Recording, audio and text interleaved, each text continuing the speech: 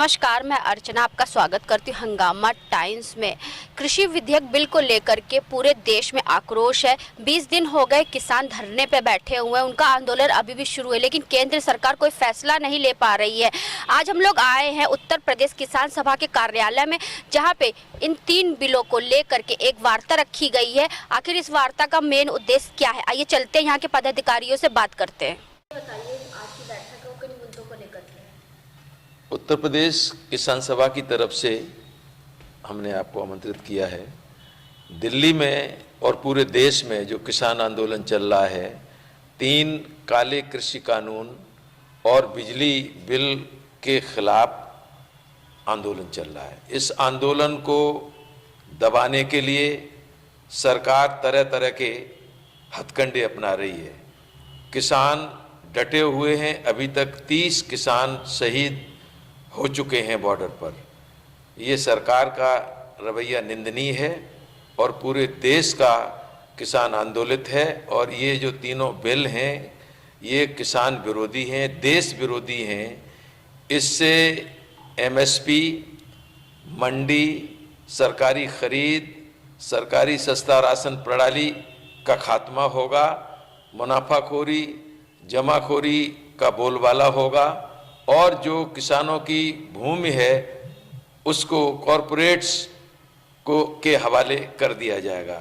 इसलिए ये किसान विरोधी हैं, देश विरोधी हैं और किसान इनके खिलाफ लड़ रहा है। इस संबंध में जो केंद्र सरकार सफाई पेश कर रही है, अब पहले तो कुछ पूछा नहीं किसानों को, बिना पूछे बिना मांगे ये कानून दिए हैं। जब किसानों ने विरोध किया अब सफाई दे रहे हैं, लेकिन वो सफाई चाहे एमएसपी को लेके हो चाहे खरीद को लेके बिल्कुल झूठी है।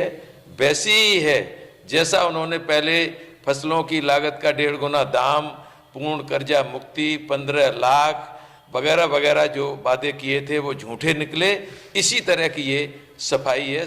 किसान इस बात को समझ गया है और मानने वाला नहीं है। ये आर पार की लड़ाई है, किसानों के जीवन और मरण का सवाल है, इसलिए ये किसान आंदोलित है। 20 दिन हो गए किसान आंदोलन को, तो आपका संगठन किस तरह उनका साथ देगा? हम दे रहे हैं साथ। हम बॉर्डर से, खुद भी बॉर्डर से आए हैं और हमारे हजारों किसान बॉर्डर पर हैं और वहाँ पर बैठे हुए जमे हुए हैं। पूरे देश में, प्रदेश में हम आंदोलित हैं और हम पूरी तरीके से इसमें साथ हैं। जो संयुक्त मोर्चा है किसानों का, उसमें हमारी अहम भूमिका है। प्रधानमंत्री तो कहते हैं जो बिल लेकर के आए हैं वो किसानों के हित में है, विपक्षी हवा दे रहे हैं। ये प्रधानमंत्री जी झूठ बोल रहे हैं, जुमलेबाजी कर रहे हैं। और आप देखिए कि इन कानूनों के पक्ष में भ्रम फैलाने के लिए पूरी भाजपा, केंद्र सरकार, उत्तर प्रदेश की सरकार जुट गई है। सरकारी संसाधनों का दुरुपयोग हो रहा है, बड़े बड़े समारोह हो रहे हैं। ये राजनीति नहीं है। और किसान अगर इसके पक्ष में, किसानों के बीच में शांतिपूर्ण तरीके से आंदोलन करे, वो भी नहीं करने दिए जा रहे हैं, तो ये हास्यास्पद बात है। राजनीति तो भाजपा कर रही है, राजनीति तो केंद्र सरकार कर रही है, बड़े कॉरपोरेट्स के लिए काम कर रही है। किसान की तो जिंदगी और मौत का सवाल है। किसान कोई राजनीति नहीं कर रहा है। ये आरोप झूठा है। तो जिस तरीके से कच्छ से सीधे प्रधानमंत्री ने किसानों से वार्ता करी थी, उन्होंने कहा था जो हम सुविधाएं लेकर के आए, जिस तरीके से किसानों के पास राशन जमा रहता था, अब वो डायरेक्ट जाकर के हर कहीं बेच सकते हैं। तो इसमें कितनी सत्यापन? नहीं, ये इसमें कोई बात नहीं है। पहले भी किसान कहीं भी बेच सकता था, ये झूठी बात है। ये हम सेव खा रहे हैं, ये प्याज आ रहा है, ये क्या यहाँ लखनऊ में पैदा होता है? नहीं होता है। तो ये कहना कि पहले कोई ऐसी आज़ादी नहीं थी, ये झूठ बात है। ये तो कॉरपोरेट्स के लिए ये किया गया है कि ताकि वो खरीदें।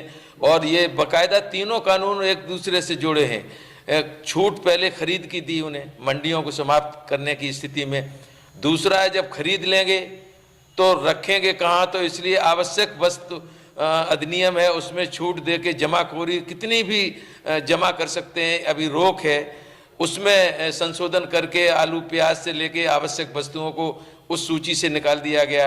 अब तीसरा जरूरत इसकी थी कि अब पैदा क्या करें मनमानी तरीके से, तो फिर जमीन को, खेती को ठेके पर लेकर और जो जरूरत होगी वो पैदा करेंगे। देश के जनता को खाद्य सुरक्षा पैदा हो जाएगी, उनको जिस चीज़ की जरूरत होगी वो पैदा न करके और विश्व बाजार में जिसकी मांग होगी वो पैदा किया जाएगा। तो इसलिए ये तो 80% उपभोक्ताओं के खिलाफ ये कानून है, ये देश के खिलाफ कानून है। भुखमरी पैदा हो जाएगी जैसा सोमालिया से लेके और अन्य अफ्रीकी देशों में मचा हुआ, ये बिल्कुल ही खतरनाक बात है। ये प्रधानमंत्री कॉरपोरेट्स के लिए ये बातें सब कह रहे हैं।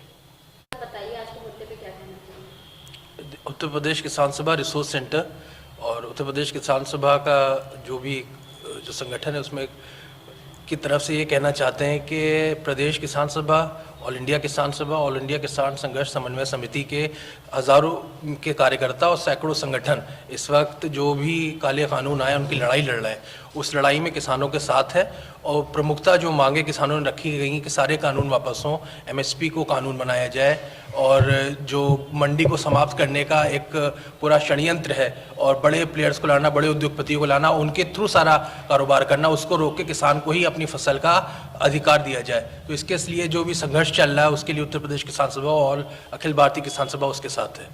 वर्तमान सरकार को कहती है कि संगठन और विपक्ष वाले बहका रहे हैं किसानों को। नहीं, किसान संगठन और किसानों का तो आंदोलनों का इतिहास बहुत पुराना है और किसानों से तो वार्ता ही नहीं की गई। जब से कानून आया उसके बाद कई प्रकार से लोगों ने बात करने की कोशिश की, कई एमएसपी अधिकार दिवस बनाया, प्रतिरोध दिवस बनाया, किसान संगठन बार बार कहते रहे, लेकिन जब दिल्ली के दरवाजे पे लाखों किसान इकट्ठा हो गए तब सरकार को ये सोचना पड़ा कि अब हमको इनसे बात करनी चाहिए। तो आनन फानन में 1-2 दिसंबर के बाद से बातचीत शुरू हुई। तो सरकार को किसानों का हित ध्यान में लेना चाहिए। आज जिस प्रकार से लंगर चल रहा है और लाखों किसान पंजाब हरियाणा को तो ग्रैंडरीज कहते थे, यानी पूरे देश का अन्न वहाँ से आता था, और कैसे वहाँ के जो हज़ारों किसान वहाँ पे इकट्ठा हैं तो उनकी बात को सुनना चाहिए संवेदनशीलता के साथ। और जनतंत्र में, जनवादी देशों में जनता की आवाज़ होती है, उसी से नीति निर्धारण होता है। तो हमें लगता है कि सरकार को जो आम किसान है उसकी आवाज़ को सुनना चाहिए। तो 20 दिन से कोई निर्णय क्यों नहीं ले पाई केंद्र सरकार? अब जो टालमटोल चल रही है कि 3-4 राउंड बात हुई, उसके बाद ये बता दिया गया कि संशोधन होंगे। संशोधन के माने हैं कि जब कानून का पूरा आधार ही उसी प्रकार का रहेगा, जो छोटे छोटे बीच में संशोधन किए जाएंगे तो उसमें जो कानून का पूर्ण ढांचा नहीं बदलेगा, वो कानून वही रहेंगे छोटे छोटे। तो जो 20 दिन की बात है उसमें किसानों ने बार बार ये सरकार से कहा कि आप इनमें नया कानून लाइए, सरकारों से, किसानों से बात कीजिए और उनको कॉन्फिडेंस लेके उनको जो अधिकार है उनको अपनी फसल का, उनकी उपज का उनको मिलना चाहिए। वो सालों से खेती करते आए हैं, उनको पता है फर्टिलाइजर, बीज, खेती, बिजली, इन सब की जो इकोनॉमिक्स है उनको पता है। तो किसानों से बात कीजिए और नए कानून में किसानों की बातों को शामिल कीजिए।